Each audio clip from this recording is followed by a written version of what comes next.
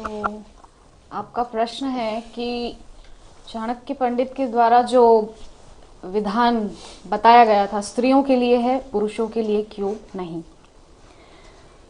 तो हम सभी जानते हैं कि इस्कॉन में भी एक व्यवस्था है।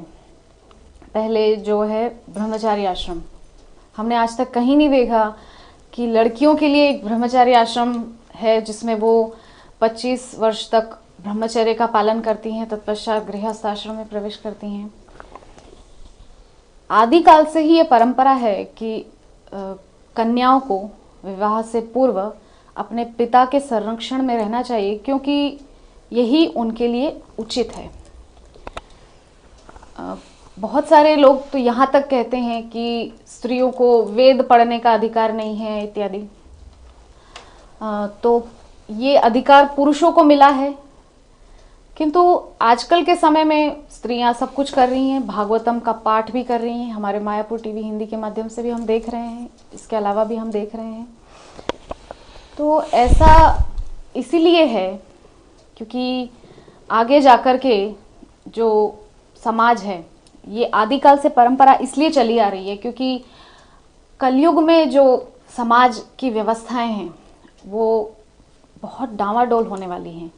तो कलयुग के लिए सोचकर ही पूर्व समय के जो विद्वान लोग थे, उन्होंने ऐसा विधान बनाया है कि स्त्री सदैव एक पुरुष के संरक्षण में रहे। सबसे प्रथम अपने पिता के संरक्षण में रहे, विवाह के पश्चात अपने पति के संरक्षण में रहे, तत्पश्चात अपने पुत्र के संरक्षण में रहे। यद्यपि यहाँ पर यह नहीं कहा जा रहा है कि स्त्री भक्ति नहीं कर सकती है। हाँ, भक्ति वो कर सकती है, तीनों अवस्थाओं में भक्ति कर सकती है। और ऐसा देखने में आया है कि स्त्रियां पुरुषों के मुकाबले बहुत अच्छी भक्ति कर सकती हैं, क्योंकि अगर चित्त उनका एकाग्र हो जाए, क्योंकि स्त्रियों को कई जगह बोला गया है कि भागवतम में भी कि शूद्र, स्त्री और जो द्विज बंधु होते हैं उनको भक्ति मतलब करने का अधिकार नहीं है। किंतु प्रभुपाद ने ये साबित किया है कि स्त्रियां भी भक्ति कर सकती हैं। ऐसी महान महान स्त्रियां हमारे इस्कॉन जगत में हैं जिन्होंने भक्ति के माध्यम से अपने जीवन को एक ऐसी उच्च अवस्था में पहुंचाया है।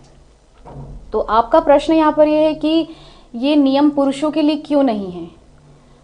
पुरुष के लिए ये नियम इसीलिए नहीं हो सकता क्योंकि वो अपने आप में स्वतंत्र है। उनके लिए उतना जटिल नहीं है समाज की परिस्थितियों को झेलना। लेकिन स्त्रियों के लिए जटिलताएं पहले भी थीं, आज भी हैं और आगे भी रहेंगी निश्चित तौर पे। हम ये नहीं कह सकते कि स्त्रियां स्वतंत्र होकर के घूम सकती हैं, नहीं, स्त्रियों को स्वतंत्र होने का अधिकार नहीं। प्रभुपाद ने भी इसका उल्लेख किया है श्रीमद् भागवतम में कि स्त्रियों को सदैव अपने पिता, तत्पश्चात पति, तत्पश्चात पुत्र के संरक्षण में ही रहना चाहिए। ये मेरा अपना मंतव्य है। इसके अतिरिक्त